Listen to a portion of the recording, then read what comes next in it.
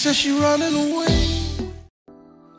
Hi guys, and welcome back to my channel. Please remember to subscribe, hit that notification bell, leave me a like and a comment, and share my content.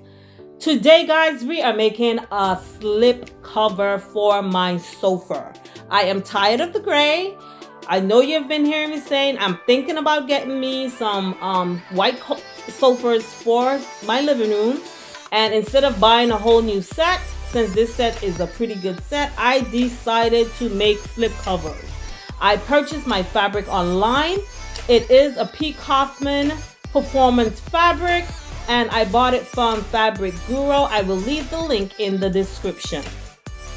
This pattern paper that I'm here cutting, I purchased this from Joann's Fabric. So it has like a grid on it. And the lady told me that this would have been, you know, she prefers this pattern, using this paper versus the actual pattern paper, which is like, it's like brown paper. So, and I found that it falls better on top of the fabric versus what I know the brown paper would have done. So the way that you make a pattern for such a large sofa is you make your pattern in half. So you measure everything in half on the long parts of your sofa. Okay, all of your horizontal lines, you do them in half. So I measured from one end of my sofa on the back, the front back, my seat, and my front, the front part of it. I measured that in half. I place a pin where half is at, and then I attach my pattern paper with T-pins so that you stay in place, and you put a few T-pins in this particular sofa that I'm using. Me sticking the T-pins in there, in and out, it's very forgiving. You do not see any of the holes at all. The fabric repairs itself. So after I pin everything, the paper in place, I am now going to cut the paper out the shape of my sofa. So I did one long piece, as you can see. I pinned that in place, and now I'm going in with the scissors, and I am going to end up with 1, 2, 3, 4, 5 different pieces out of this one length. Okay, you have to separate everything. After that, I am going to label my pieces, because after you remove it from here, you don't want to try to figure out what goes where. And you're going to also see where I am going to place an arrow. I'm going to place an arrow to show what direction that pattern flows. Up. Everything needs to go up, and you will also see me doing that on the fabric. When I cut the fabric, I am going up my bolt. My fabric is 54 inches wide. It's way wider than my chair. I mean, it's not as wide as my chair, so I will have a seam. Okay, I will have a seam on the back, and the below front is where I will have my seams, but I will keep my seams at center. If you keep them at center, it will look intentional, versus if it's off-centered, it's not going to look intentional. And you want to keep your piece as neatly as possible. Now, when you're laying your pattern, this part that I'm doing is my outside arm. And when you're laying your pattern, you want to lay it half of an inch in on each side, because you need to keep that half inch for your seaming, for when you're putting it together. Now, this fabric, I did buy 100 yards. Did I buy 100 yards? Girl, you buying 100 yards? I bought 10 yards. Sorry. I bought 10 yards, so of course they will have to cut it to send it to me, and that first cut wasn't straight, so that was me trying to straighten it just now. So I need to cut 2 pieces, one for each side. So what you see me doing here is I am folding the fabric in half, back and front. Then I am going to cut it. So when I cut, I am cutting for both sides at the same time. So this is my outside arm. When you're making the pattern for the outside arm, you do not make that pattern in half, because it's a short piece and it's your horizontal, it's your vertical piece. So you don't do that. So I cut that, put it on the side. What I'm doing is the arms first. So now this is that curved piece in the front of my arm. And for that piece, I, again, doing the same thing. I'm going to pin it in place. I cut the fabric double of what I needed. I'm bending the fabric in half. And then I'm going to cut the shape out, leaving a 1/2 inch. Don't forget your 1/2 inch, and otherwise when you take it to the machine, you're going to sew it 1/2 inch, but whenever you take it back to the sofa, it's going to be too small. Now, as you saw on my sofa, I have channel stitching. There's channel stitching on my sofa. They were like 7.5 inches wide, and I was not intending to sit there and sew so many. So I doubled it. I doubled it to make bigger ones, which will make it look even more modern. So what I'm doing is I will put the two fabrics together, I pin them together, and then I am going to cut it out. So when I cut, I am cutting for 2 instead of for 1.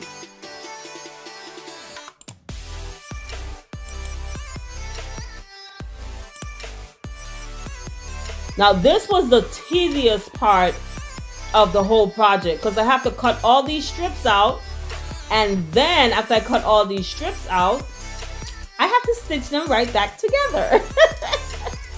But it's to create a look. I did not want it to be one smooth back. I wanted to have that channel stitching still. Okay, so that's me putting it back together, creating that pattern I was looking for. And after I put it together, then I am going to add the pattern paper to this and cut the pattern out.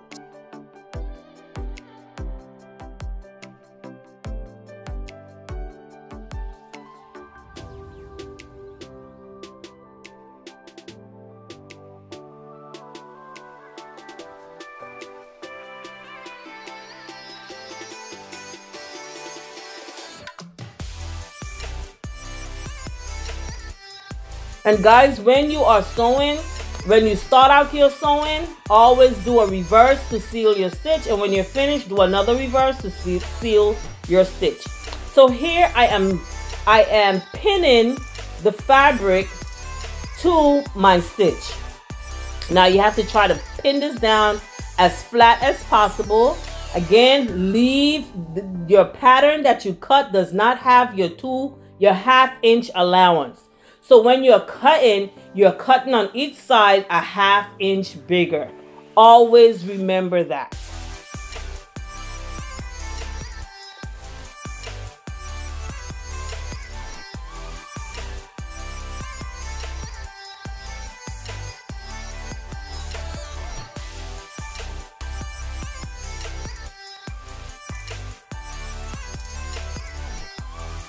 Guys, this is a little bit time consuming, but the end result is worth it.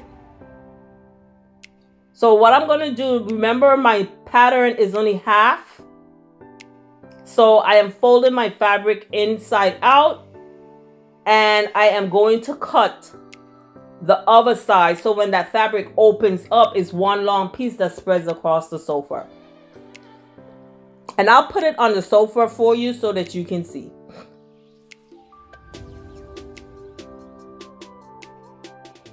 Okay, so what I did is I pinned it on backwards. I'm doing like half of the sofa at a time. So the fabric is right now on backwards so that I can make sure that these are straight. I had to adjust this corner to make it tighter right in here. So I had sewn it, I had put it on the correct way, and I, to see how it looked, I should have put it on backwards first, but I put it on the right way, and then I stitched it because I have a good judgment to estimate. I estimate good. So I stitched it and came back, it's perfect. So now I have it on backwards now. So the piece for this side, I am going to pin it in place and then take it to the sewing machine. And I think what I'm going to do, since I already have this pin, because there's a lot of work to pin it, to put it on here, pinning it, because you got to make sure all those lines are straight. I am going to attach this side over here and pin it in place, so when I go to the sewing machine, I'm sewing that, and then when I put it back on, hopefully it's just for adjustments, or I may not need any adjustment depending on how good I pin it. And then I'll probably put that side on. Then when I drop it on, oh, I have the side pieces already cut.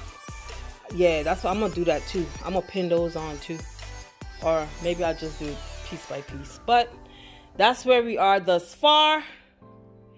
And I have seen it on the other side, and yes, it's gonna be nice. My dining room, I'm using that as my sewing machine. So over there is in a mess, but look at this. We're getting it. It's coming together, guys. It's coming together.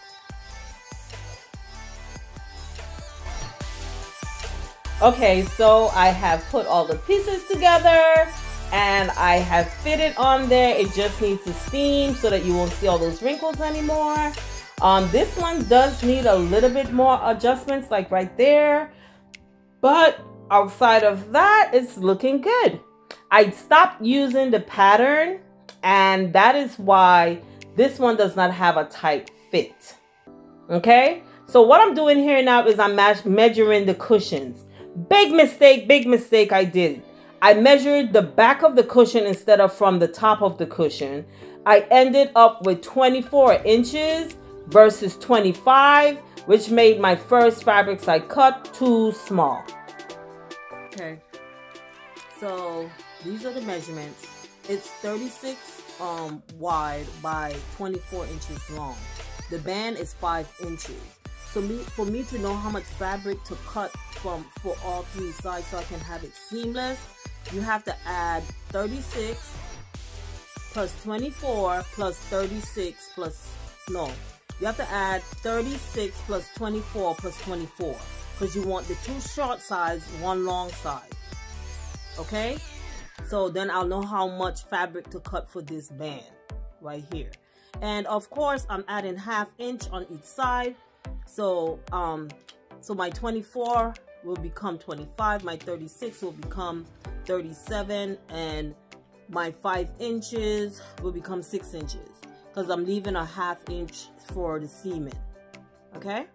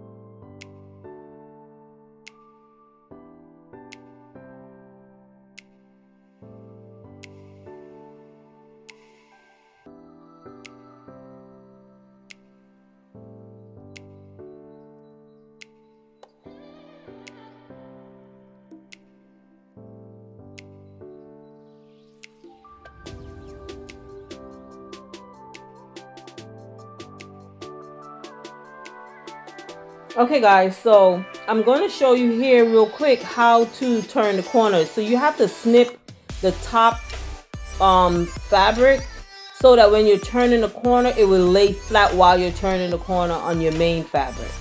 Okay, so that's what you saw me doing there, is snipping at least like 3 slits to be able to turn the corner and get it to turn the fabric stay flat while you're doing that. Now while doing this, you have to go around that corner really slow, turning your bottom fabric on the and taking the one on top and trying to pull it to where you end back straight. You have to walk it around really slow, and after you turn your corner, then you can start again.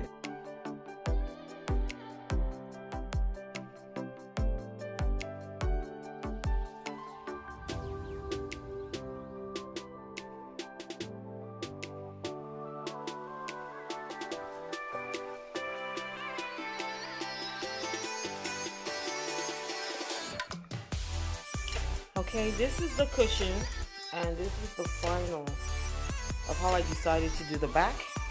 So what I did was an envelope finish, and so that piece goes all the way in, so it forms an envelope. So that's how I did the back of the cushion. This is the final of the cover. So for this particular cover, I did not add the black piece. That's the black piece that came with my sofa. What I did was I added Velcro. Can you see it? That's the Velcro. So I did the Velcro to go on this so that it will pull this down tight. And as you can see, what I have to do now is I am going to steam it. For the bottom down here, I am about to add that Velcro, and the Velcro that I'm going to use will be the adhesive one for the bottom, because after a while you get tired of sewing, guys. So this one I used the entire pattern. Okay, I didn't get to film it, but because I was tired, guys, of filming. I'm sorry.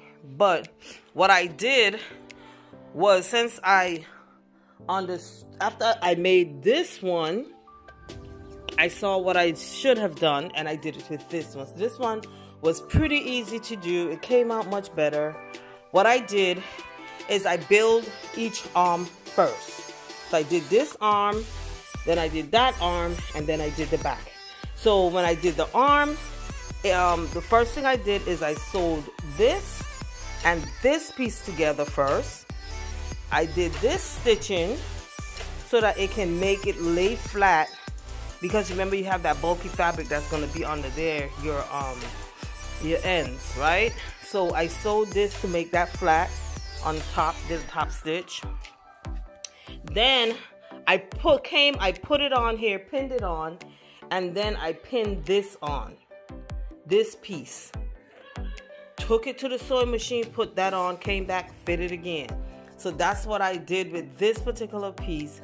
Yes, I still end up having some errors, because this piece right here, when I first measured my cushions, I measured from the bottom. I don't know why the heck I did that, but it was off an inch. So I didn't want to waste this fabric. So I just went ahead and I add a piece underneath there that I'm going to steam down. So it has that going all the way around the piece. I'm going to steam that down, and then I will pull it under so that you won't see it. Okay, so that's what I did with that. The last piece that I added was this piece in the front, and again I added Velcro to it. So the Velcro is keeping it in place. I am going to pull it under, and Velcro underneath will keep it in place as well. But for this, I don't have to pull it under, but if I don't pull it under, then I need to take it back off, and I need to hem that. I have no intentions of doing that, so it will be Velcroed. So I'm going to turn the chair upside down now, put my Velcro under there, steam the chair, and clean up this mess, which I'm not going to put on camera because I don't want this video to be too long, but that's what I got going on. I got all this to clean by myself. Oh, do you not see the mess? Yep. So I am finally finished with this, and I am going to get this done, and then I'll show you guys the final reveal. Okay guys, this is the finished product. So I stitched it, I steamed the chair,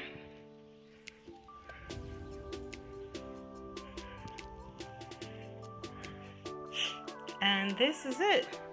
So like I said, I had cut this, but I had marked it wrong, the wrong direction. So I had put, this is like the pencil mark. So this is performance fabric, so I'm gonna just get some fabric cleaner and I will remove that. I already used some Awesome on it, but I'm gonna get some, I'm gonna clean that off so that won't be there, that little line you're seeing. Okay, so yeah, this is it.